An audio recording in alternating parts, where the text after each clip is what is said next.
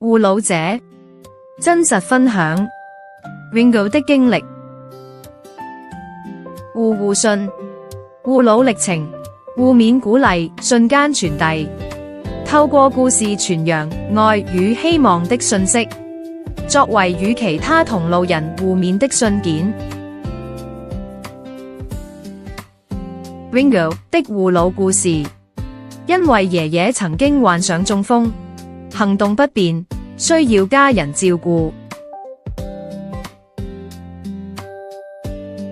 轉變的關係，有以前是爺爺照顧我，現在我反過來照顧爺爺。甜蜜的經歷，他有時候表現得很可愛，讓全家人都笑。困難與克服，最困難的是勸服爺爺喝水，因為他不喜歡，不願意主動喝水。我需要用鼓勵的言語，或是他喜歡的食物來勸服他。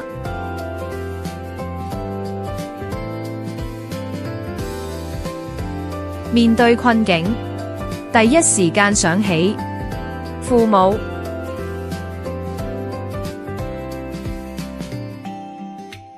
幫助你的人，說感謝或祝福。感謝你教曉我如何去思考和解決問題。從不同的角度的切入，都可以成為解決問題的這個很好的觀點。勉勵其他護老者，照顧他人不容易，更重要的是先把自己照顧好，才能更好服務他人。護老者角色，教曉我，希望人人、社會、醫療機構做好疾病預防工作。